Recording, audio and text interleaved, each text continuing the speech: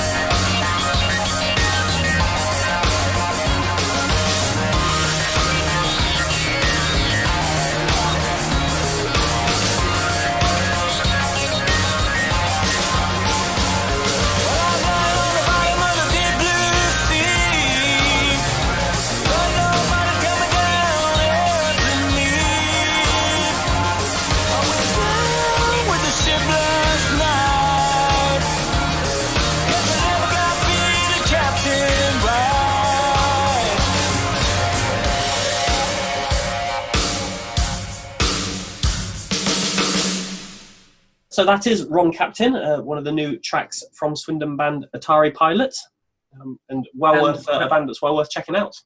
And obviously, when this goes out to air, it's only had 100 views. So hopefully, by the time it's been aired and everyone's listened to it, it'll have like 2,000. So that's very optimistic. But let's hope that, yes. We I believe we can do it. Everybody, go out and stream the song on YouTube. Not anywhere else, just YouTube. There are better places for streaming there for artists to get more revenue, aren't there? I don't have the chart, but I don't think YouTube's particularly great. Probably not. I think Deezer used to be a really, really good one, like comparatively, but they're not particularly big. So I thought YouTube weren't too bad. I thought they changed recently. So we will do some research, and then next week we will come back with some charts and tables to say which streaming platforms give more money to the grassroots musicians. Stop using Spotify. Kieran, have you got any product placement this week? I do. I've got this. It's Skin from Skunk Anansie. It's her autobiography. I saw it in the Times or something that was shared on Facebook, and I saw the book, and it came with like you can read a paragraph. So I read the paragraph, and I was like, I'm sucked in now. I need to read all of it.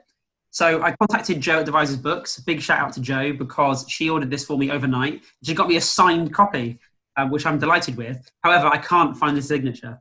I know, but I just don't know where.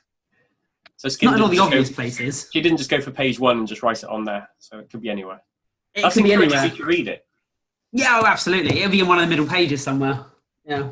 But so for anyone who doesn't know Skunk Anansie, 90s rock band. I didn't realise actually how massively successful that they were. They're always on my radar. I always enjoyed their singles and albums. And I saw them at Glastonbury in '99 when they headlined, and they were absolutely sensational. And reading this book, it was all about the 90s. There's loads of 90s stuff in there. I grew up in the 90s, so all of that was like me forming my musical tastes and opinions, and all the stuff in there like TFI Friday and Glastonbury and all the rest of it. And it's all like all of these reference points that I can totally link with, because I remember buying the NME and Melody Maker for like 15p and getting inky fingers. It harks back to all of that. So it's a really, really fantastic book, and I've only got a sliver of the way through, so loads to come. We've got Sean McGowan coming on the show. He is a musician who, as you said earlier on, he has gone full circle. So he has gone off and retrained this year, become a hairdresser, or barber. A barber. But now, as gigs are starting to come back online, he's kind of moving back across. So we've had a chat to him about that and a few other bits and bobs around. Next time he comes and plays for me, it'll be all right, Sean. Short back and sides, please, mate. Oh, yeah. Maybe he can mix the two. Absolutely, yeah. When was your last gig before lockdown? Can you remember? I've done 2 in lockdown. I did the UK's first drive-in show, which Yes. Well, tell us about that in a second. I'll tell you about that in a second. I also played with Frank in Clapham, but the last proper standing gig I did, where people were allowed to have fun, was in Liverpool with the Levellers. Oh, cool.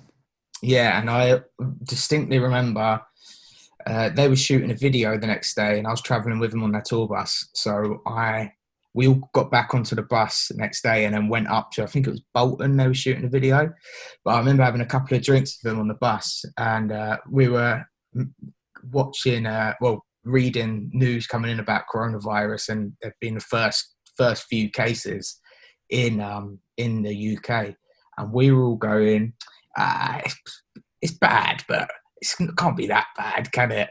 And you know, when you're with people you look up to, you kind of forget that just because they know a lot of stuff about music, they don't know everything about the world, in particular pandemics. So Yeah, of course. I was like, the levelers said it'll be all right. It's going to be fine. Like, Jesus, this guy's been at it for years. I know what they're talking about. And then yeah, fucking hell. So they were way off base. Yeah, well, I mean, me too. I was on the same page. 6 months passed. You're not allowed to gig. You finally do a gig. It was with Frank at the Clapham. Yeah, did Clapham Grand, yeah. And That was that the pilot show? No. I think Jay Beans on Toast did the pilot show. I did. So this was the follow-up gig. Yeah, it's like 2 weeks ago or something, I think. I mean, hats off to to Ali Wolf and the Clapham Grand. Like, they've gone above and beyond with making the venue safe and, you know, following guidelines. And it was weird. What's it like playing to a socially distanced audience? Well, the audience aren't allowed to sing along because apparently there's, oh mate, it's just bonkers. According to guidelines, you can't sing along because I don't know, maybe you're going to sing out of key and it's going to just like, I don't know, Mutate the virus. Invoke the ghost of Corona into the room and infect everyone or something like that. If they can't sing, are they allowed to cheer? They're allowed to clap at the That's end. politely go, yes. No, very good. Yeah. It was weird, man. It was like, I mean, I loved it, but there was bits where that kind of just made me long for how it was, you know. Yeah. There wasn't the interaction. There was the interaction, but there couldn't be the interaction there usually is. There's probably I'd say out of every show I've ever done, I was heckled least in that one, which for me is bizarre. So yeah, 90% of the show, isn't it? that's it. I thought I was like absolutely flopping the show because no one was shouting abuse at me. So it was bizarre. Whilst we're longing for it, when we can finally have a show with no restrictions, there's going to be a real moment that perhaps none of us really appreciate yet what that's going to feel like. Yeah. But that is something to look forward to. Absolutely, man. I think, I don't know, I'm trying to this whole period and trying not to think about it too much, because, you know, obviously there's the financial element of losing everything essentially, which is like that play, that, you know, that's weighty enough. But then when I start thinking about, you know, all of my emotional attachments and the real reason why I do this job and all the rest of it, to be honest with you, dude, I just get quite depressed. So I've been keeping as busy as I can and being as proactive as I can in any way, shape or form, really, to kind of distract me from it. So I'm sure, I mean, in answer to your question, I'm sure it's going to be amazing, but I don't want to think about it. Right, fine. That's fine. Well, actually, on the theme of keeping busy, you've been keeping busy recently. You've got yourself a new trade, haven't you? I have, yeah. I'm a barber now. So You're a barber. I'm qualified, yeah. So Qualified barber. So, actual accreditation, not just someone teaching you how to do it and you crack on. That's it, yeah. I think the official term is graduate barber. I've still got, you know, ongoing training, but I get paid to cut hair now, so that's pretty cool. That's pretty cool. It's one thing we all need. You can't. That's never going to stop. But all you need to have your hair cut. Well, that was it. It was kind of a weird one, man. I you know, when I realised that our industry was not viable in the eyes of the Tory government, and I just thought, like, okay. And I will add, by the way, that Mr. Sunak I did not take any advice from him. I've been training for like 3 months or something now.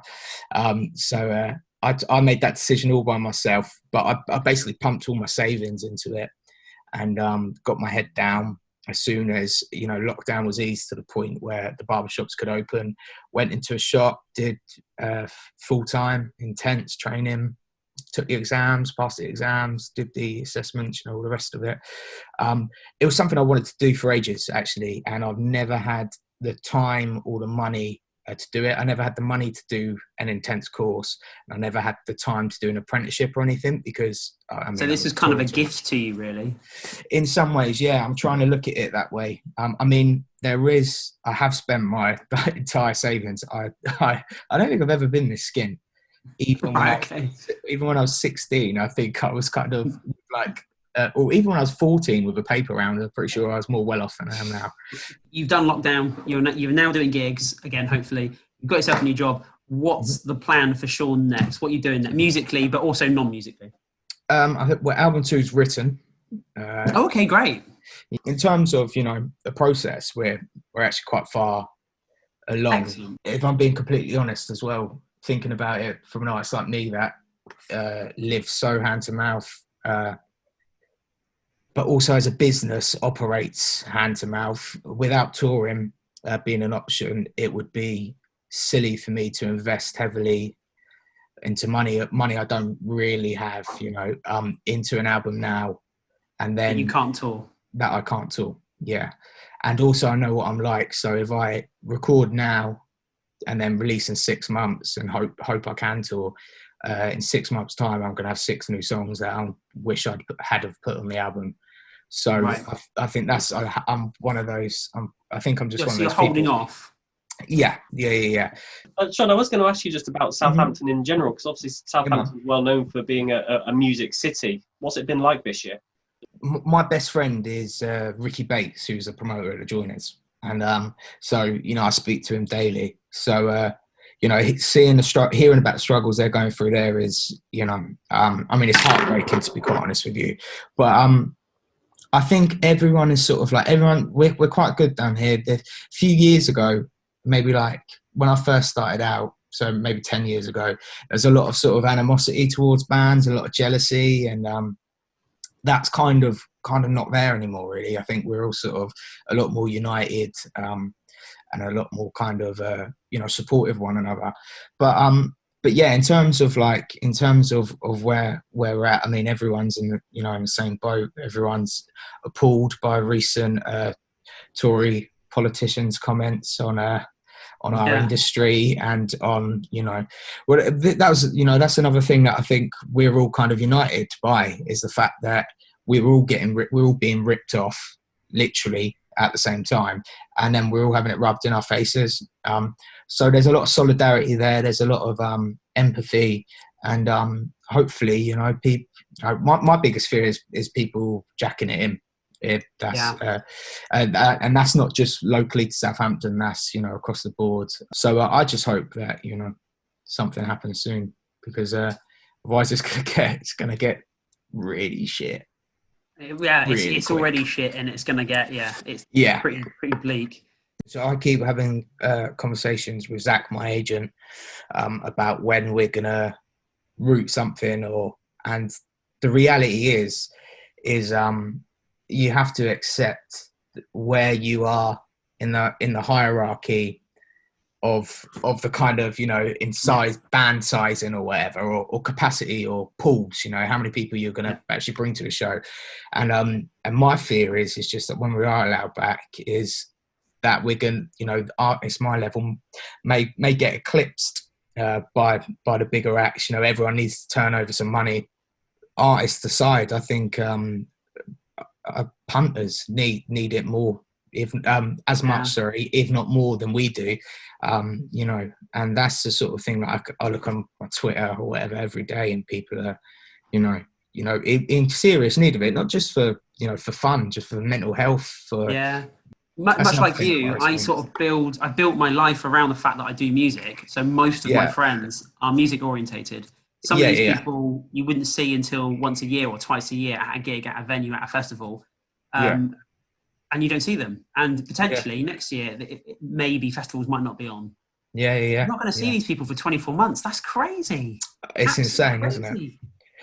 especially when you're on tour as an artist, you get so wrapped up in the bubble, and you've got to count merch and all the rest of it, and you can kind of like that, all of the mundane sort of tasks and the driving and the long hours and the no sleep, that can sometimes sort of when you're playing the show, you're in the show, you're in the moment. That's the reason we do it. But when you look back on a tour, when you're busy, when you got a full schedule, you're going like, oh Jesus, I'm going back to that travel lodge. And it's just like, you're just like, who gives a toss about the fucking travel lodge? Shut your mouth. You're going to play to a crowd, who are great crack, and they're going to be well up for it. And this break's been really good for me in terms of going, when I do go back, I don't care about the travel lodge. Travel lodge can be whatever. Like, you're not going to complain about the travel lodge. That's it. I know the people last time I played in Manchester were up for it. Were in, and it meant a lot to them, and it meant a lot to me. So I'm kind of like, when I go to Manchester, I'm going to try double hard. When I go to wherever I'm playing it, I'm going to, put the work in. I'm even watching what I eat now these days, just so I'm like raring to go. Like, as soon as I get green lit and Beyonce's done her 4 billion gigs at the O2 or whatever she's going to do, when I'm ready to go, I'm off. We were going to play a track. You chose Jetski Babylon. Yeah, friends of mine. So they met at uni in Southampton. Ollie, the lead singer, and George plays bass, worked with me when I was working at the Joiners. I just think they're a wicked band. They're fun people. They've got their live shows really, really good. Really, like, it's all inclusive. It's interesting, and they're just good people making good music. So they get a thumbs up and a seal of approval from me. Not that that's worth anything, but excellent, Sean. Is there anything else you'd like to tell people? If you're in Southampton, come and get your hair cut by me. And okay, where's your shop? Who are you working for? I work for a shop called Jack Rabbit's. We're card only, but we do take tips in cash. So.